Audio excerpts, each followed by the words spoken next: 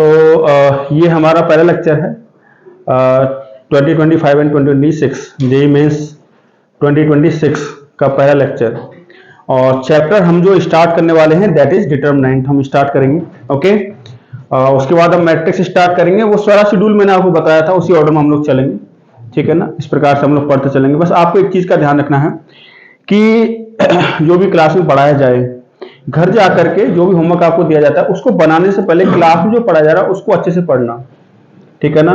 उसको पढ़ने के बाद देन जो होमवर्क आपको दिया गया है, क्योंकि जो हमारी बुकलेट है उसके अंदर अगर आप देखोगे तो कॉन्सेप्ट एप्लीकेशन एक्सरसाइज नाम से टॉपिक वाइज एक्सरसाइज हैं चैप्टर के अंदर, आप देखिए उसमें, ठीक है ना। फिर उसके बाद आपका मिक्स एक्सरसाइज आपकी आ जाती है। उसके बाद मिक्स एक्सरसाइज सारे क्वेश्चंस जो हैं मिक्सअप होकर के आते हैं। उसमें आपके सिंगल करेक्ट भी आएंगे, ठीक है ना, मल्टीपल करेक्ट भी आएंगे, मोर देन वन वाले भी आएंगे, आपकी असर्शन रीजन भी आएगा, मैच द कॉलम भी आएगा, ठीक है, लिंक कॉम्प्रहेंशन टाइप भी आपके वहां पर क्वेश्चंस आएंगे। तो कंप्लीटली ये प्रिपरेशन आपकी हो जाएगी JEE mains as well as advance. उसके लिए अलग से कुछ भी करने की आपको जरूरत नहीं है। इसके अलावा जो डीपीपी का हमको सेट मिला हुआ है उसको किस तरीके से करना है, एक बार हम चैप्टर खत्म करेंगे, देन वन बाय वन जैसे मैं बताता चलूं उस हिसाब से आपको फिनिश करना है, ठीक है। डिटरमिनेंट की बात करते हैं तो सबसे पहले इसकी बेसिक को समझेंगे कि भाई डिटरमिनेंट कि अगर हम बात करें डिटरमिनेंट क्या होता है, आया कैसे है, ठीक है ना, और मतलब क्या है ये, मतलब वो सब चीज हम यहाँ पर समझने वाले हैं। तो एक्चुअली क्या है, इक्वेशंस को जो हम सॉल्व करते हैं, जैसे आप लोगों ने शायद 8th क्लास में या 7th क्लास में आपने इक्वेशन को सॉल्व किया होगा। अगर मैं टू होमोजीनियस लीनियर इक्वेशन लेता हूं यहाँ पर, ठीक है ना, मैं इंट्रोडक्शन पढ़ा रहा हूं अभी इसका डिटरमिनेंट का, डिटरमिनेंट को समझेंगे कि ये क्या होता है, ठीक है ना, और ये आता कैसे है, राइट, उसकी बात हम यहां पर करेंगे। तो सबसे पहले अगर हम बात करते हैं, अगर मैं homogeneous equation, two homogeneous equation लेता हूं, ठीक है, two homogeneous linear equation, two linear homogeneous की बात करता हूं, linear homogeneous equation, homogeneous equation की अगर मैं बात करूं, ठीक है ना, जैसे एक मैंने लिया a1x plus b1y is equals to 0, right, ठीक है, और दूसरा मैंने लिया a2x plus b2y is equals to 0, ठीक है। अब यहां पर अगर मैं x निकालता हूं तो x, अच्छा रेशियो निकालता हूं x और y का, तो यहां से x अपॉन y किसके इक्वल आएगा बच्चों, यहां से x upon y equals to आ जाएगा कितना बेटा, माइनस b1 अपॉन कितना आएगा, a1 आएगा, ओके, ठीक है। यहां से x अपॉन y, यहां से क्या आएगा आपका, वो आएगा माइनस b2 अपॉन कितना आएगा मेरे प्यारे बच्चों, a2 के बराबर आएगा। क्लियर हुआ कि नहीं हुआ, दोनों ही आपके x अपॉन y के रेशियो हैं, तो दोनों क्या होंगे, आपके इक्वल होंगे, दोनों क्या होंगे बच्चों, आपके इक्वल होंगे। यानी कि मैं कह सकता हूं कि माइनस b1 अपॉन a1 बराबर होगा बच्चों किसके, माइनस b2 अपॉन a2 के इक्वल होगा, राइट। तो फर्दर इसको अगर हम लिखते हैं किस तरीके से लिखेंगे इसको, minus b1 a2 is equals to minus a1 b2 लिखेंगे। इसको इधर लेकर के आ जाऊं, a1 b2 माइनस यहां से क्या आ जाएगा आपका a2 b1 बराबर कितना हो जाएगा बच्चों, आपका 0 यहां पर हो जाएगा। क्लियर हुआ कि नहीं हुआ, ठीक है ना। तो ये एक्सप्रेशन आपके सामने देखो, राइट हैंड साइड में एक्सप्रेशन आपको नजर आ रही होगी, that is a1 b2 minus कितना आया बच्चों आपका a2 b1 आपको नजर आया है। इस पर्टिकुलर एक्सप्रेशन को मैं ऐसे लिख सकता हूं, कैसे, इस तरीके से a1 b1 a2 b2, इस तरीके से एक स्क्वायर एरे बनाया है मैंने, एक स्क्वायर बना हुआ है, ठीक है ना। इस तरीके से कैसे स्क्वायर बना हुआ है कि देखो ये जो होती है इस तरीके से, ठीक है, इनको रोज बोला जाता है, राइट। जो हॉरिजॉन्टल लाइंस होती है इनको क्या बोलते हैं, रोज बोलते हैं, ठीक है, और इनको क्या बोलते हैं, वर्टिकल लाइंस को क्या बोलते हैं अपन, कॉलम बोला जाता है। तो आप देखोगे इसमें दो रोज है और दो क्या है बच्चों, कॉलम से, तो स्क्वायर ही हो गया एक तरीके से, क्या बन गया आपका स्क्वायर। इस स्क्वायर की फॉर्म में इन एलिमेंट्स को अरेंज किया है, मतलब इनको एलिमेंट्स बोला जाता है, a1 a2 b1 b2। और इसको सॉल्व करने का तरीका क्या होगा, इस तरीके से इनको मल्टीप्लाई हम लोग करेंगे, देखो इनको मल्टीप्लाई कीजिए, क्या आएगा आपका a1 b2 आएगा, फिर इनको मल्टीप्लाई आप लोग करो और सब्ट्रैक्ट कर दो, माइनस कितना आएगा a2 b1। तो यही ये जो एक्सप्रेशन है उस एक्सप्रेशन को हम ऐसे लिख सकते हैं, इस वाली एक्सप्रेशन को जो लेफ्ट हैंड साइड में लिखा हुआ है इसको हम ऐसे लिख सकते हैं, ठीक है ना। इस एक्सप्रेशन को इस तरीके से लिखा, इसी फॉर्म का नाम क्या होता है बच्चों, आपका डिटरमिनेंट होता है, ठीक है ना। यानी कि दो वर्टिकल लाइन के बीच में एलिमेंट्स को इस तरीके से अरेंज करें कि नंबर ऑफ रोज और नंबर ऑफ कॉलम्स क्या हो जाए, आपके इक्वल हो जाएं, उसी को क्या बोलते हैं बेटा, डिटरमिनेंट बोलते हैं। स्क्वायर के फॉर्म में अरेंज करते हैं अंदर एलिमेंट्स को और दो वर्टिकल लाइन के बीच में करते हैं।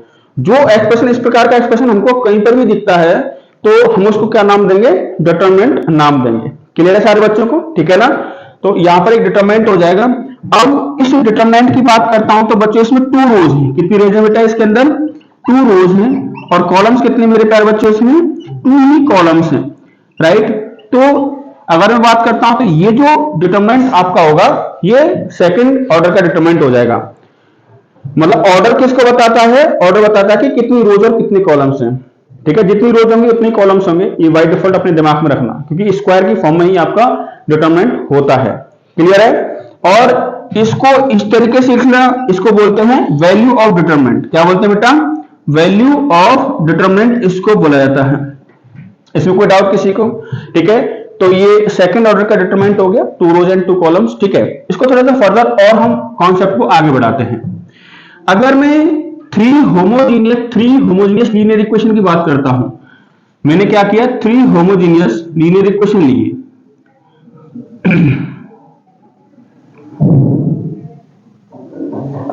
होमोजीनियस लीनियर इक्वेशन,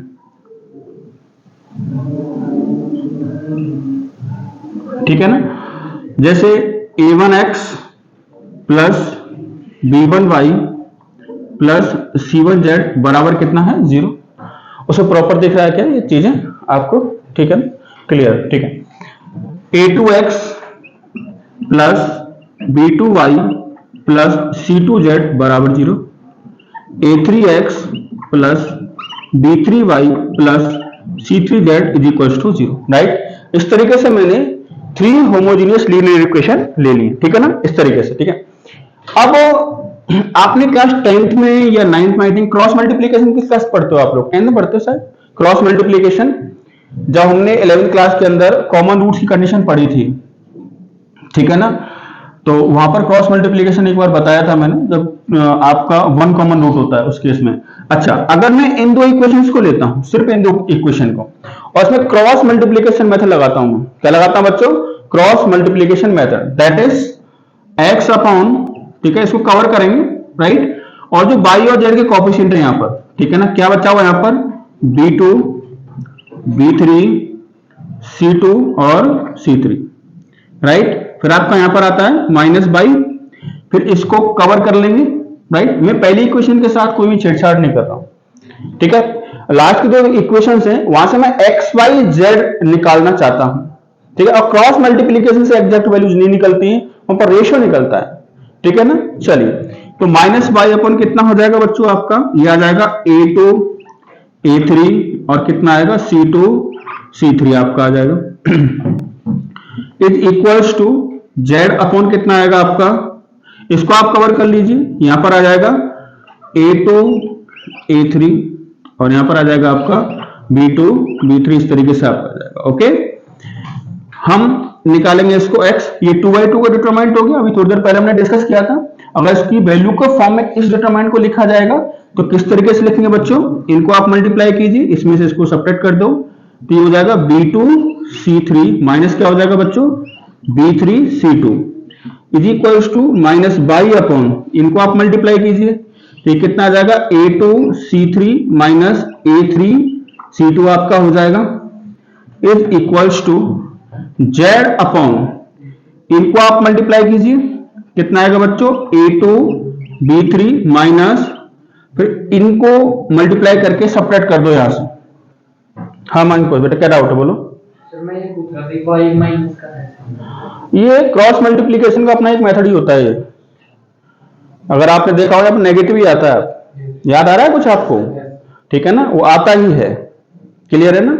क्योंकि इसको पॉजिटिव आप लोगे, नेगेटिव लेना पड़ता है, क्योंकि नेगेटिव मैंने इसलिए लिया है क्योंकि यहाँ पर एक जो फिक्स पैटर्न है कि आप पहले इधर वाले को लिखो फिर इधर वाले को लिखो, इसलिए यहाँ पर आप देखो हर जैसे x की बात करें तो x के नीचे में क्या लिखा हुआ है, b2 b3 c2 c3, देखो b2 b3 c2 c3, ताकि बच्चे को याद करने में आसानी हो, ज्यादा कंफ्यूजन ना हो।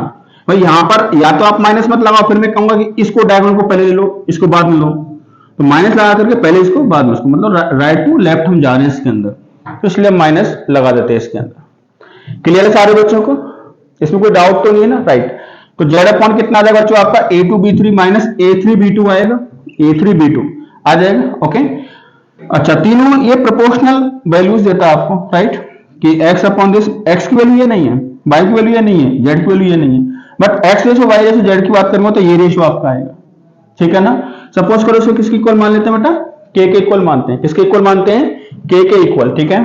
तो जब मैं इन दोनों को कंपेयर करूंगा, कंपैरिजन करो आप, तो यहां से x की वैल्यू किसके इक्वल आएगी, k into B2C3 minus B3C2 आ जाएगा। अच्छा, यहां से y कितना आएगा बच्चों, y आएगा minus k into A2C3 minus A3C2 आएगा, बोलो हाँ है ना। और उसके बाद अगर मैं बात करता हूं z की, तो z कितना आएगा बच्चों, k into A2B3 minus A3B2 आपका यहां पर आ जाएगा, ओके।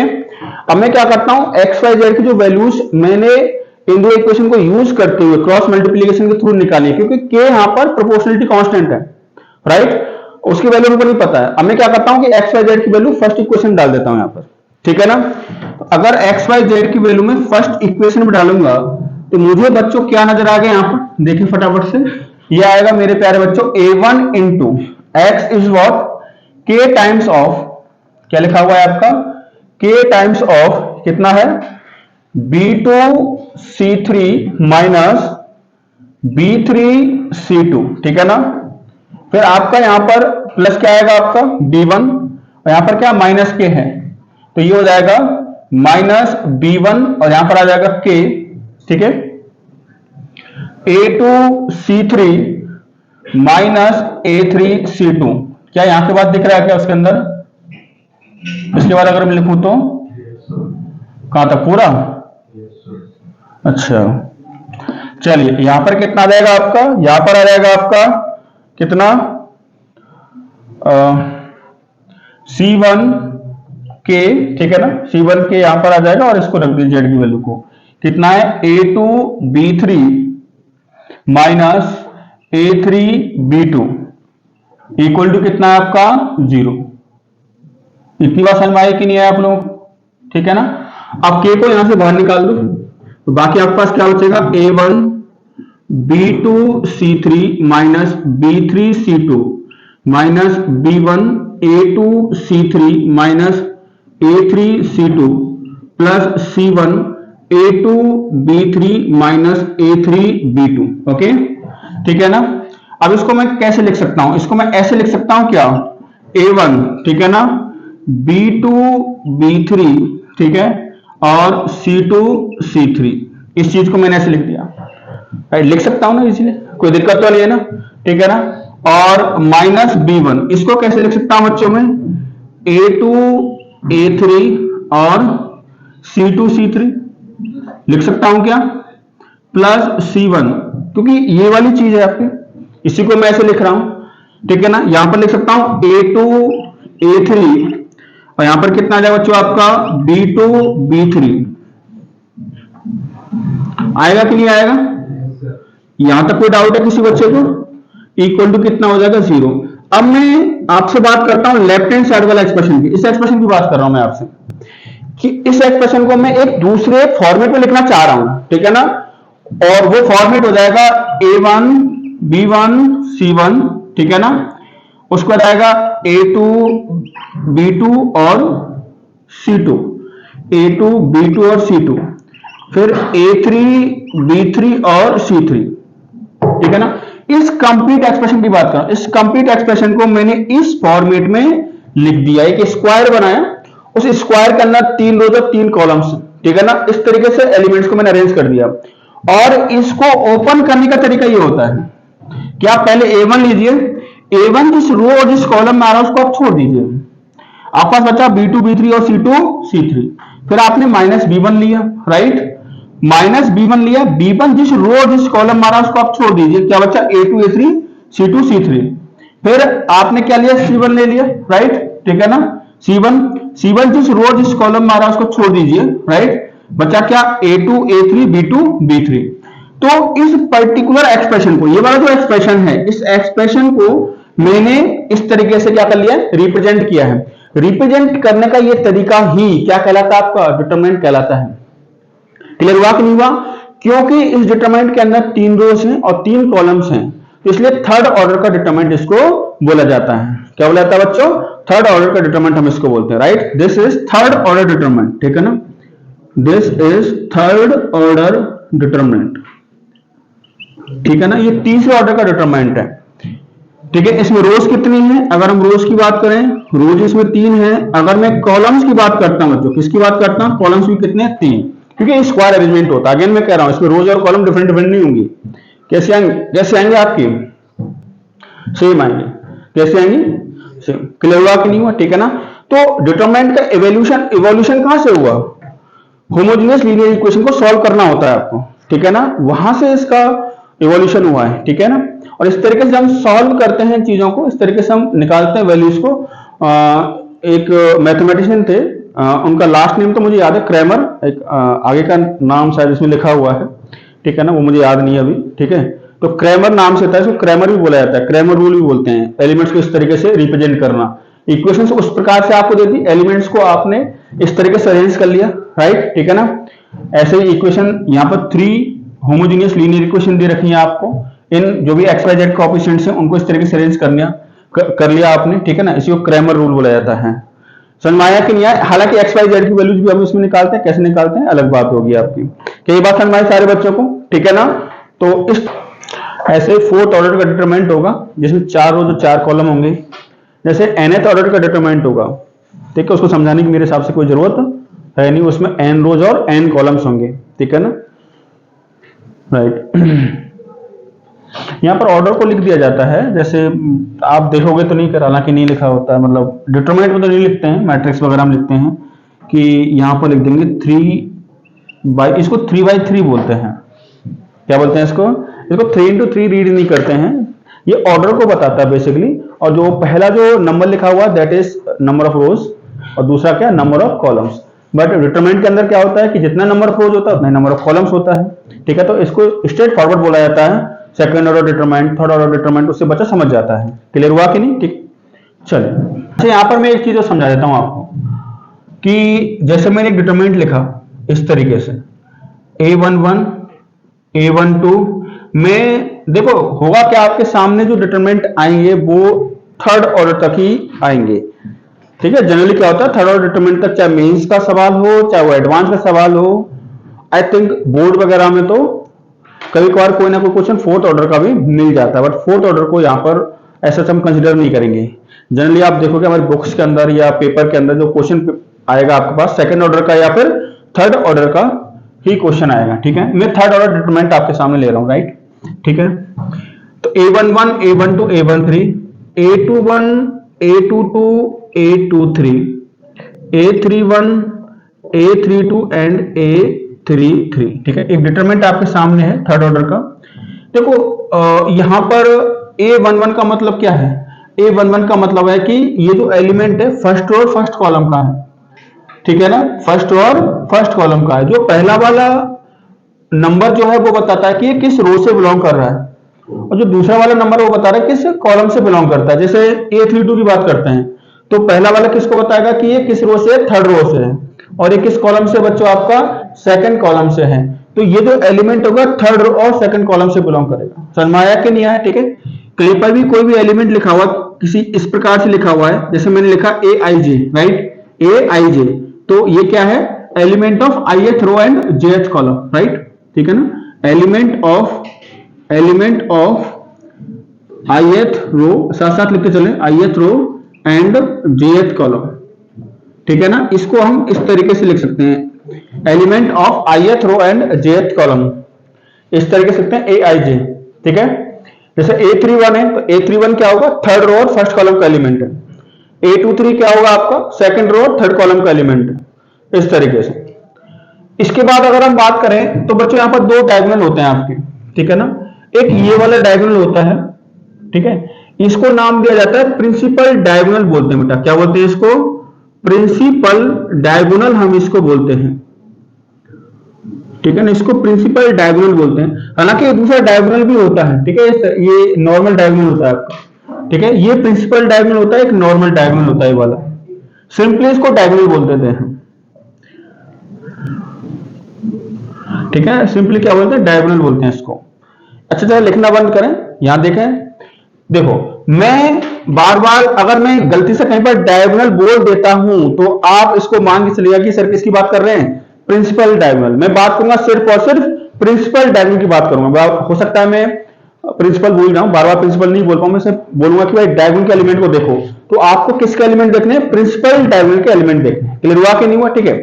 अच्छा आप एक बात को जरा ध्यान से देखें इस डिटरमिनेंट के अंदर कि भाई जो आपका प्रिंसिपल डायगोनल है, ठीक है ना, उसमें आप देखें जो यहां पर नंबरिंग लिखी हुई है, ठीक है ना, वो दोनों सेम है। यानी कि प्रिंसिपल डायगोनल के अंदर जितने भी आपके एलिमेंट्स होंगे वो कौन से होंगे, जिनके अंदर नंबर ऑफ रोज और नंबर ऑफ कॉलम्स का जो डेटा वो सेम होना चाहिए, ठीक है ना। ये फर्स्ट रो फर्स्ट कॉलम का डेटा हो गया, ये सेकंड रो सेकंड कॉलम का डेटा हो गया, ये थर्ड रो थर्ड कॉलम का डेटा हो गया। यानी कि जो डायगोनल की अगर हम बात करें, ठीक है ना, तो यहां पर क्या होता है, मैं इस तरीके से वापस से थर्ड ऑर्डर का डिटरमिनेंट बनाने जा रहा हूं। यहां पर डायगोनल के एलिमेंट के लिए सपोज करो this is the principal diagonal, ठीक है ना, तो इसके लिए क्या होता है बच्चों, आपका i इक्वल टू जे होता है। क्या होता है, i equal to j, right. अगर मैं बात करूं किसी क्वेश्चन के अंदर a i j where i is equal to j, तो आप तुरंत समझिएगा ए आई जे जो है this is the element of the determinant, और वो एलिमेंट जो कहां से बिलोंग कर रहा है, जिसके लिए नंबर ऑफ रोज मतलब रोज नंबर और कॉलम नंबर क्या आपका सेम है। तो आपके दिमाग में तुरंत क्लिक करना चाहिए किसका एलिमेंट हो गया, आपका डायगोनल का एलिमेंट हो चुका है, प्रिंसिपल डायगोनल का element. Is that clear, okay.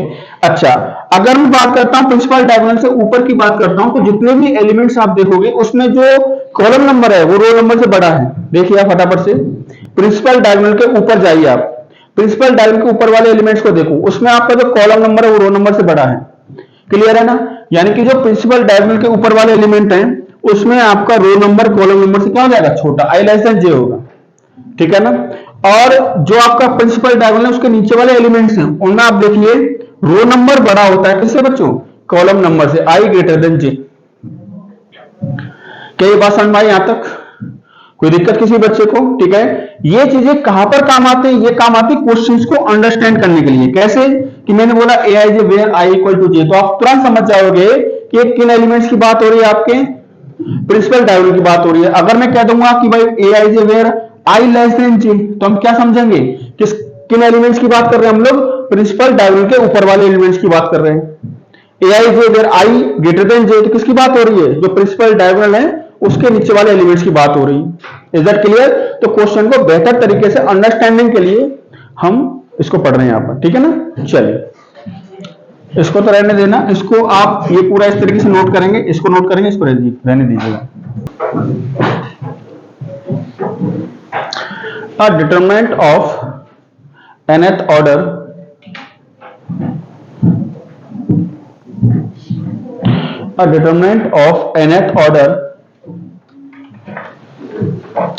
consists of n rows and n columns. A determinant of nth order consists of n rows and n columns.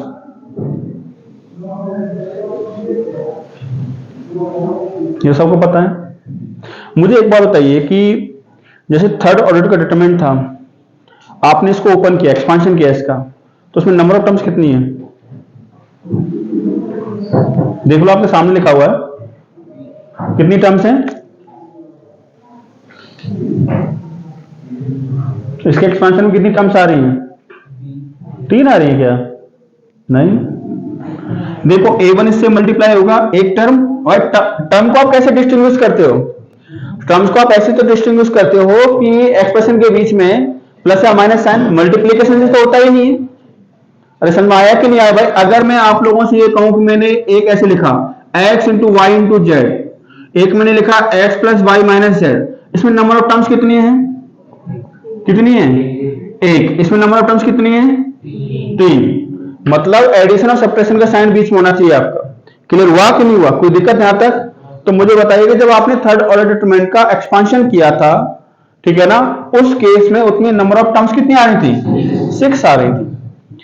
और अगर मैं सेकंड ऑर्डर डिटरमिनेंट की बात करता हूं, उसको एक्सपेंशन करते हो तो कितनी नंबर ऑफ टर्म्स आती है उसके अंदर, 2 ही आ रही थी।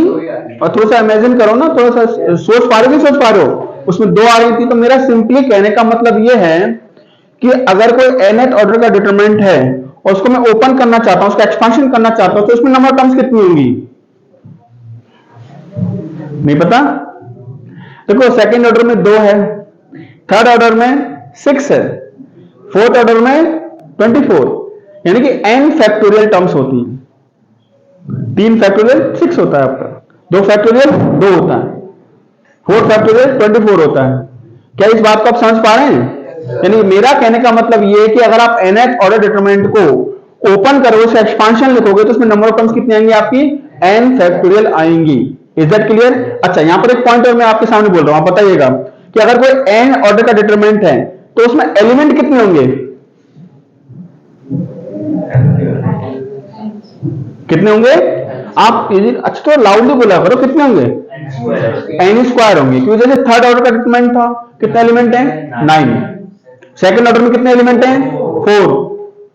ठीक है, किसी डिटरमिनेंट के अंदर एलिमेंट का होना और उस डिटरमिनेंट को ओपन करने के बाद नंबर ऑफ टर्म्स का होना, दोनों अलग अलग बातें होती हैं। इस बात का ध्यान रखिएगा आप लोग। क्लियर हुआ कि नहीं हुआ? तो जो स्टेटमेंट हम कंटिन्यू कर रहे थे आप लोग, उसमें आगे लिखिएगा, and it's expansion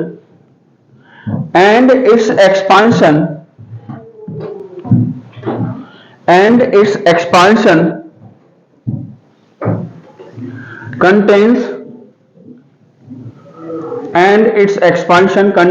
n factorial terms, and its expansion contains n factorial terms।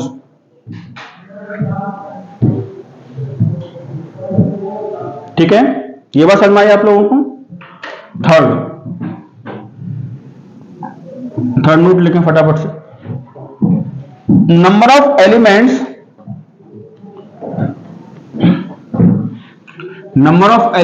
In nth order determinant, number of elements in nth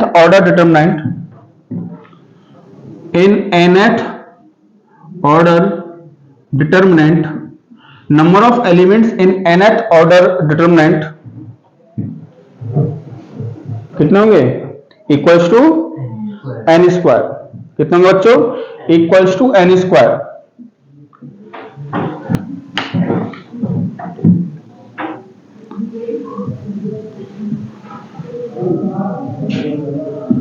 next लिखिएगा फिफ्थ नोट में, ये फोर्थ तो आपका हो गया, every determinant is of square shape. Fifth में लिखिएगा sign convention लिखिएगा।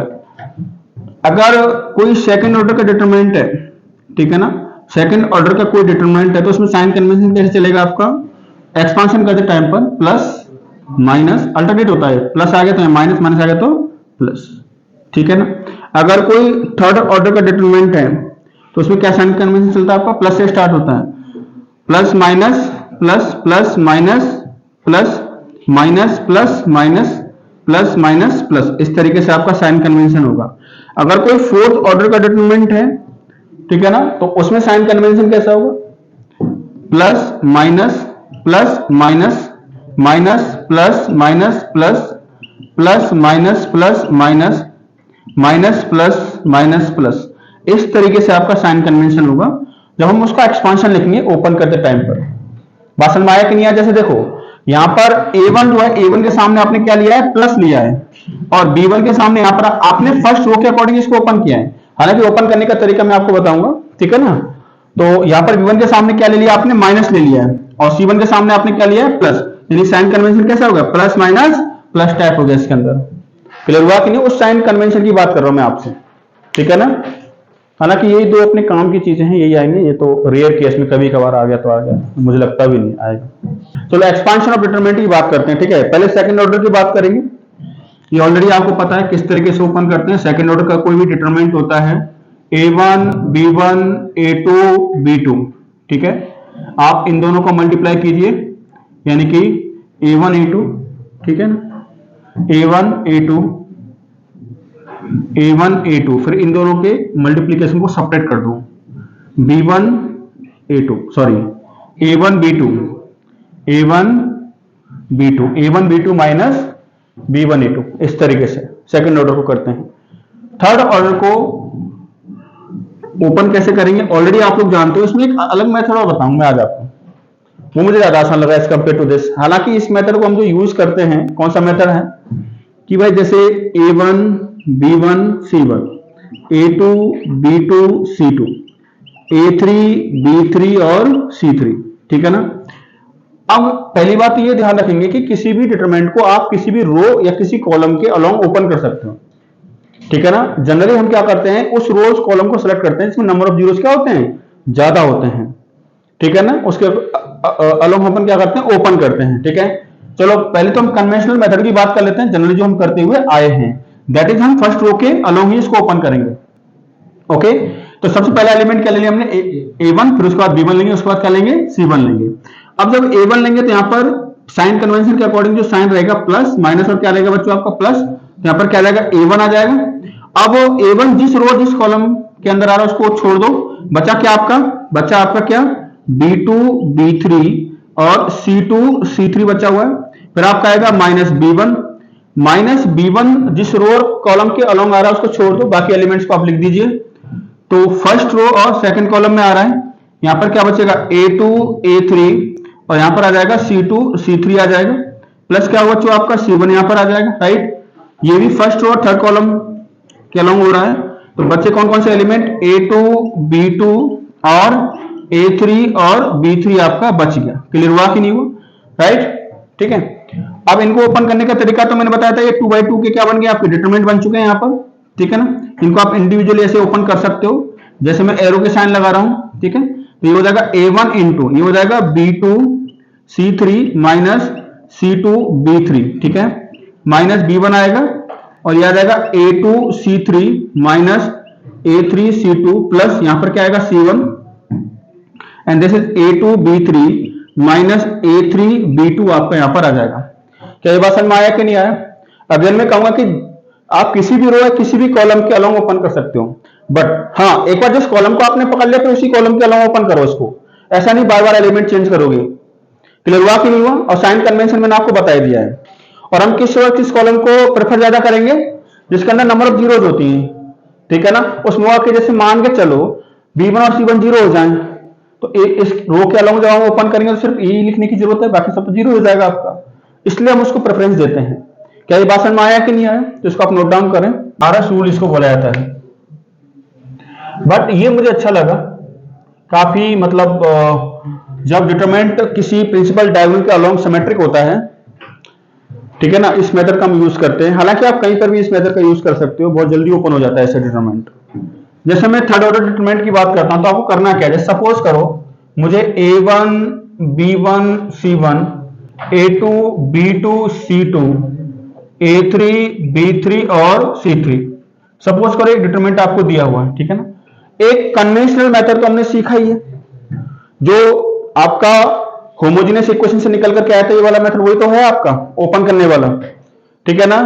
एक दूसरा तरीका भी होता है, इसमें हम क्या करते हैं, डिटरमिनेंट को किस तरीके से एक्सपांड करते हैं।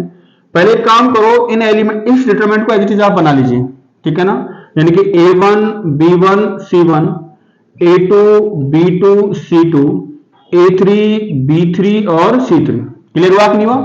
उसके बाद हम लोग क्या करेंगे कि जो पहली दो रो हैं उनको रिपीट करेंगे, नीचे पहली दो रो को रिपीट करेंगे, यानी कि इस रो को और इस रो को हम रिपीट कर देंगे यहां पर। तो क्या मिलेगा आपको यहां पर A1 B1 C1 A2 B2 और C2 आपको यहां पर मिल जाएगा।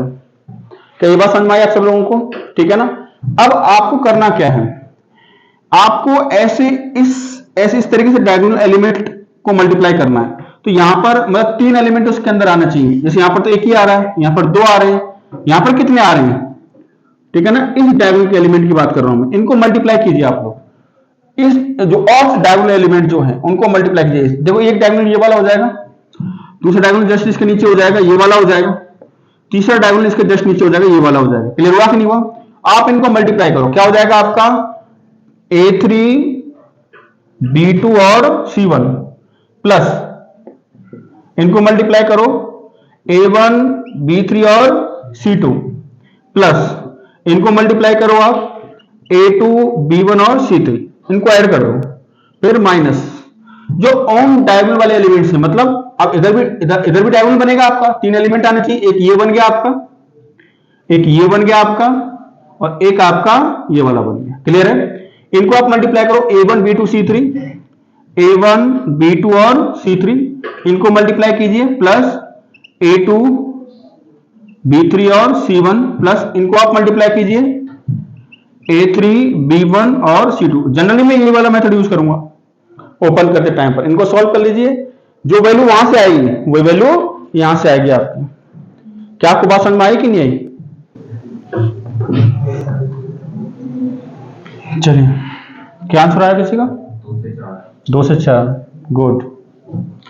देखो फर्स्ट रो के अकॉर्डिंग मैं इसको ओपन कर रहा हूं 1, ठीक है ना, और इसके बाद मैं सीरियल एलिमेंट को मल्टीप्लाई कर रहा हूं, ठीक है ना। 1 को 1 से किया, 1 प्लस कितना आएगा आपका sine square theta minus sine theta, ठीक है।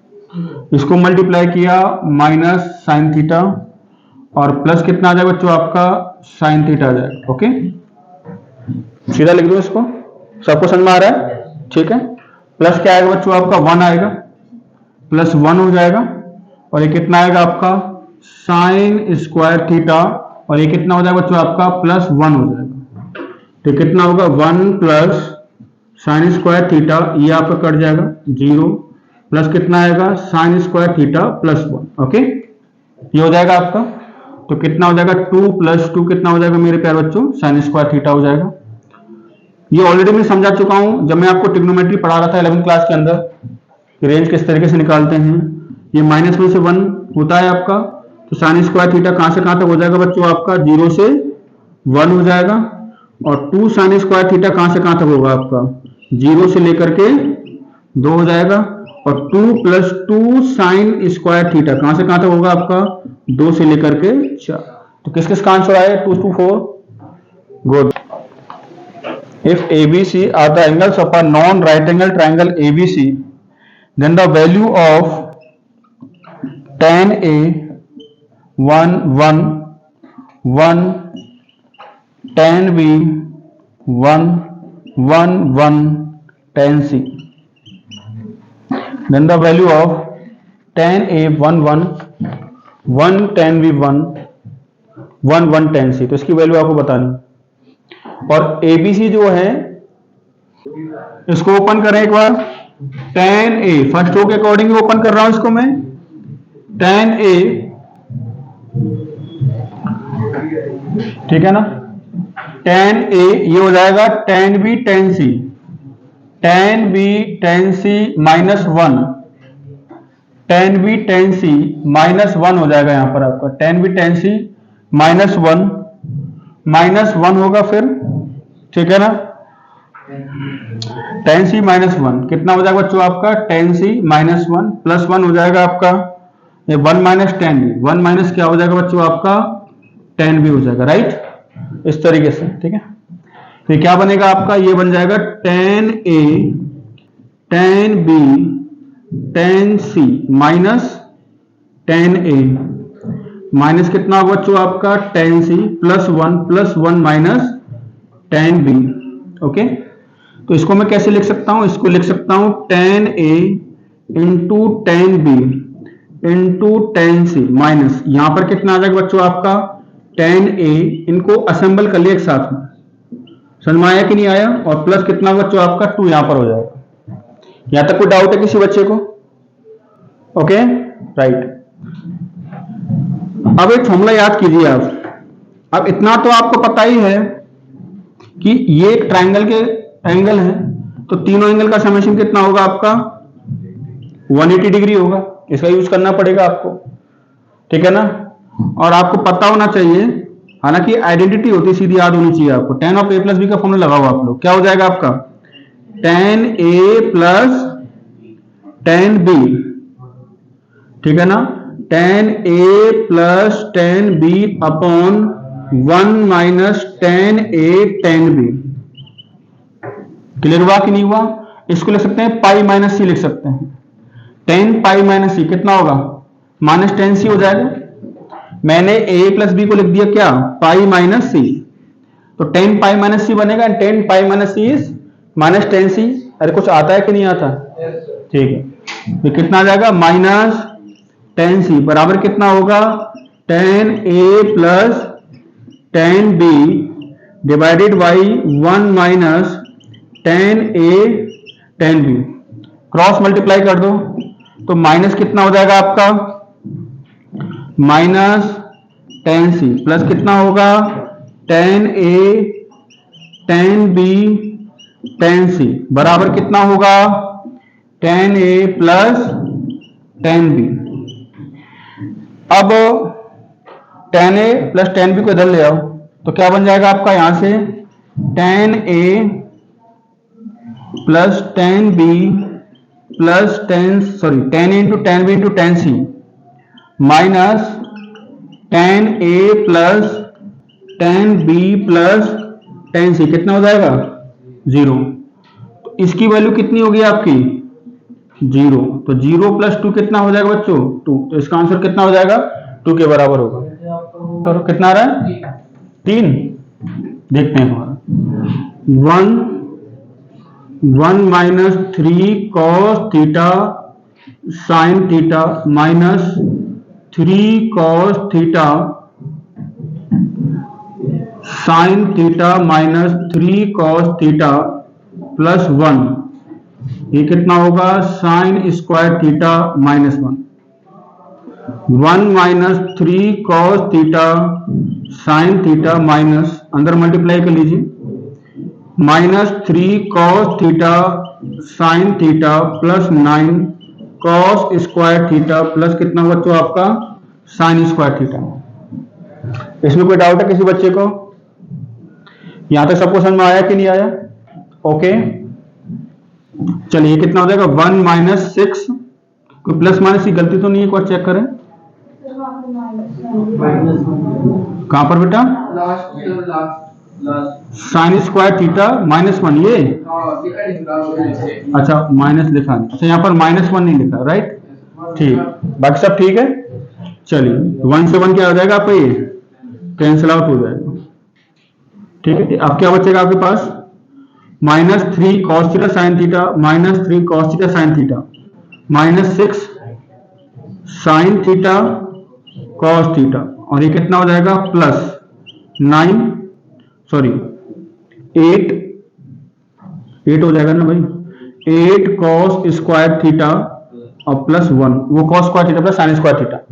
इस 9 कॉस स्क्वायर थीटा में से एक कॉस स्क्वायर थीटा मैंने बाहर निकाल लिया, ठीक है ना। तो अब कितना बचेगा यहाँ पर, 8 कॉस स्क्वायर थीटा और cos square theta plus sine square theta कितना हो जाएगा आपका, 1 हो जाएगा। क्लियर है सारे बच्चों को, राइट। अब देखो इसको लिख सकता हूं माइनस 3, इसको लिख सकता हूं 2 साइन थीटा कॉस थीटा, बोलो हाँ या ना, और ये लिख सकता हूं 4 into 2 cos square theta plus कितना आ जाएगा आपका, 1 आ जाएगा। ओके, क्लियर है सारे बच्चों को। अब ये कितना हो जाएगा, माइनस 3 साइन 2 थीटा हो जाएगा ये, तो इसमें कोई डाउट किसी बच्चे को, प्लस 4 2 कॉस स्क्वायर थीटा को लिख सकते हैं 1 प्लस कॉस 2 थीटा प्लस कितना 1। क्लियर है यहां तक, राइट, ठीक है। तो ये कितना हो जाएगा, minus 3 sine 2 theta plus 4 cos 2 theta plus 1। अब यहां पर देखें minus 3 sine 2 theta plus 4 cos 2 theta और प्लस कितना आ जाएगा बच्चों आपका 5 आ जाएगा। आपको ट्रिग्नोमेट्री के अंदर एक एक्सप्रेशन लिखवाया था, a sin x plus b cos x या फिर a sin x minus b cos x। तो इसका रेंज मैंने आपको बताया था, क्या बताया था बच्चों, इसका जो रेंज होता है वो होता है minus square root of A square plus B square से लेकर के square root of A square plus B square. कुछ याद है कि नहीं, बताया हुआ है जब मैं आपको ट्रिग्नोमेट्री पढ़ा रहा था +1 के अंदर। तो इस एक्सप्रेशन का रेंज ये होता है। इस एक्सप्रेशन के लिए खास बात पता क्या है कि साइन के अंदर जो एंगल है वही किसके अंदर होना चाहिए, कॉस के अंदर होना चाहिए। सबसे खास बात यहां पर प्लस माइनस क्या इससे कोई फर्क नहीं पड़ता है, ठीक है ना। तो यहां पर लगाओगे ये एंगल दोनों क्या है, सेम है। तो -3 का स्क्वायर प्लस 4 का स्क्वायर 5 आ जाएगा, स्क्वायर रूट लेंगे तो 25 बनेगा। तो इसकी रेंज कहां से कहां तक हो जाएगी, -5 से लेकर के 5। और क्या ऐड कर रहे हो बेटा इसमें, 5। क्या आपके समझ में आया कि नहीं आया? तो 5 ऐड कर दीजिए, इसमें 5 ऐड करोगे तो 0, इसमें करोगे 10। तो बच्चों मैक्सिमम वैल्यू कितना आ गया डेल का? आपने क्या बताया आंसर बेटा रोहित? 10। क्लियर है? कितना आंसर आएगा बच्चों इसका? 10। चलिए नेक्स्ट, जल्दी नोट डाउन करें। क्या ये क्वेश्चन सब बच्चों को समझ में आ चुका है? ऐसा कोई बच्चा जिसको समझ में नहीं आया हो?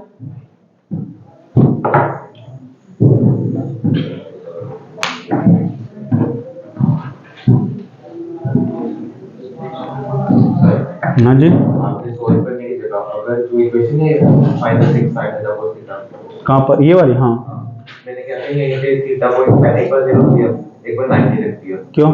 वैसे मतलब देखने के लिए वैल्यू हाँ हाँ, इसी से मेरा 10 आ गया था। वो तो कैसे आ गया बेटा? यस, मतलब करना पड़ेगा बिल्कुल। मतलब थीटा 0 रखा, हमको क्या पता इसमें मिनिमम आएगा मैक्सिमम आएगा। थीटा में 90 रखा, हमको क्या पता इसमें मिनिमम आएगा मैक्सिमम आएगा। समझे बात को? बाय डिफॉल्ट बढ़ गया तुम्हारा आंसर। ठीक है, हर केस में ऐसा नहीं होगा, प्रॉपर मेथड से आपको जाना पड़ेगा उसके लिए। क्लियर है? चलिए भाई नेक्स्ट क्वेश्चन की बात करें। ठीक है, चलिए नेक्स्ट क्वेश्चन लिखें फटाफट से। If the value of the determinant, if the value of the determinant a11 1b1 1c, if the value of the determinant a11 1b1 1c is positive,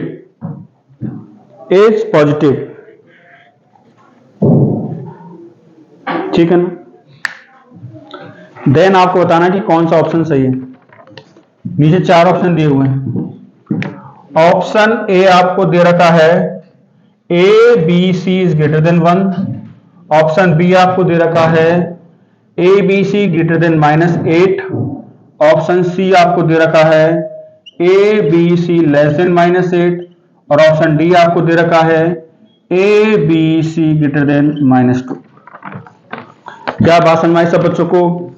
चलिए फटाफट से इसका आंसर बताएं कौन सा सही होगा।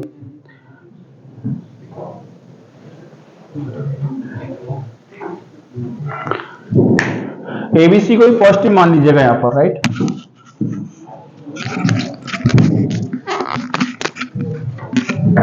डायरेक्टली ओपन कर रहा हूं, राइट? ए, ये डिटरमिनेंट कैसा है? पॉजिटिव, ऐसा बोला गया क्वेश्चन के अंदर। आप समझने पर ध्यान देंगे सारे बच्चे, जिसने कर लिया ठीक है, नहीं किया बोर्ड पर देखें। ए, ठीक है, तो कितना आएगा? बीसी, कैलकुलेशन को जरा देखिएगा, BC -1 -1 c -1 +1 1 - b is positive. तो कितना हो जाएगा? A B C -a - c +1 +1 - b is positive greater than 0। तो यहां से बच्चों क्या निकला आपका? A B C +2 is greater than a + b + c। A B C +2 is greater than a + b + c आएगा आपका, ठीक है ना? अब आपको यह पता होना चाहिए कि एबीसी 3 नंबर्स हैं, राइट? इनका जो अर्थमेटिक मीन है उनके ज्योमेट्रिक मीन से क्या होगा? बड़ा होगा। क्लियर हुआ कि नहीं हुआ? यानी कि a + b + c upon 3 must be greater than equal to abc की पावर कितना? 1/3। यानी कि आपका a + b + c greater than क्या आएगा? 3 × abc की पावर कितना आएगा बच्चों? आपका 1/3 आ जाएगा यहाँ पर। क्या ये बात समझ में आया कि नहीं आया?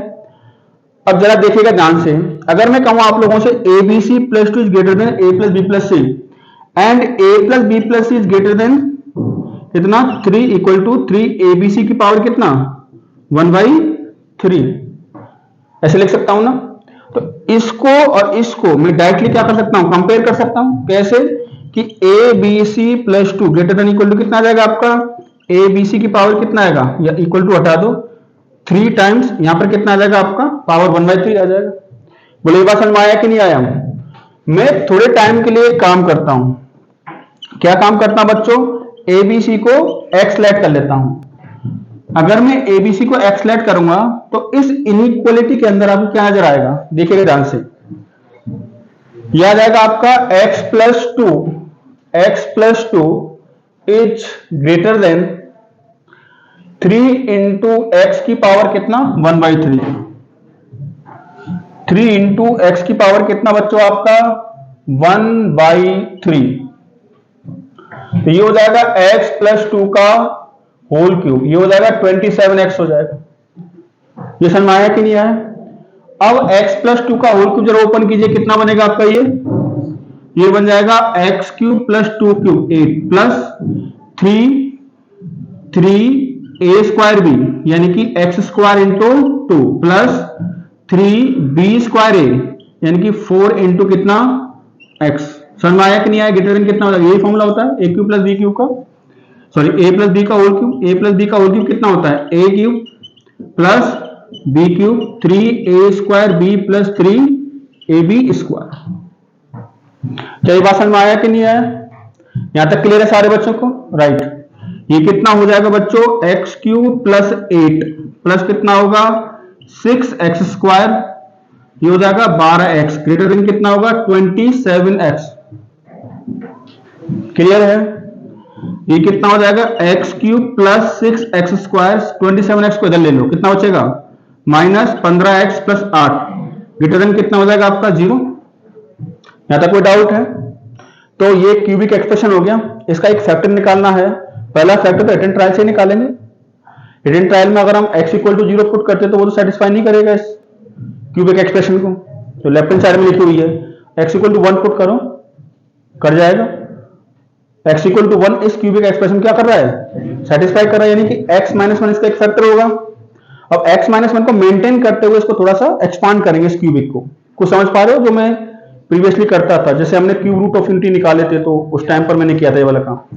तो यहां पर क्या हो जाएगा, x इक्वल टू 1 इसको सेटिस्फाई कर रहा है इस क्यूबिक एक्सप्रेशन को, तो मैं क्या करूंगा x माइनस 1 फैक्टर मुझे क्या करना है इसके अंदर मेंटेन करते हुए चलना है। तो x क्यूब माइनस क्या करूंगा x स्क्वायर, यहां पर कितने x स्क्वायर है 6, यहां पर माइनस x हो गया तो क्या आएगा 7x स्क्वायर हो जाएगा। क्लियर हुआ कि नहीं हुआ? अच्छा, यहां पर अब इसमें क्या ऐड सब्ट्रैक्ट करूं ताकि कॉमन लेने पर x माइनस 1 अंदर बने, तो अब इसी बात है कितना माइनस 7x करना पड़ेगा मुझे, ताकि मैं 7x कॉमन लूंगा तो क्या बनेगा अंदर आपका x माइनस 1 बन जाएगा। ठीक है ना? अब कितना 15x है माइनस, यहां पर कितना माइनस 7 माइनस 8x हो जाएगा, और प्लस कितना आएगा आपका 8, ग्रेटर देन क्या हो जाएगा आपका 0। कोई दिक्कत किसी बच्चे को? राइट। अब इसमें से मैं क्या कॉमन लूंगा x स्क्वायर, तो क्या बनेगा x minus 1 plus 7x x minus 1 minus 8 x minus 1, greater than कितना हो जाएगा आपका 0 हो जाएगा। क्या क्लियर है सारे बच्चों को यहां तक? तो ओवरऑल कितना आएगा आपका x माइनस 1, तो ओवरऑल यहां पर आगे कॉमन सब में से निकल करके x square plus 7x minus 8 इस ग्रेटर देन कितना बच्चों आपका 0। क्या इसमें यहां तक कोई डाउट किसी बच्चे को? बोलो उसको क्लास 1 बजे ओवर होगी। x माइनस 1 और यहां पर क्या आ जाएगा x square plus 7x minus 8 is positive. यहां तक कोई डाउट है किसी को? ठीक है ना?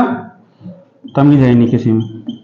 x माइनस 1 आ जाएगा, इसको ओपन कर दो, कितना आएगा आपका x minus 1 into x minus sorry x plus 8, ये आएगा ना, इसको फैक्टराइज करो, x माइनस 1 इंटू क्या आएगा आपका x प्लस 8 आएगा।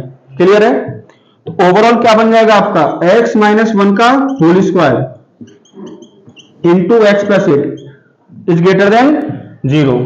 क्लियर है कि नहीं?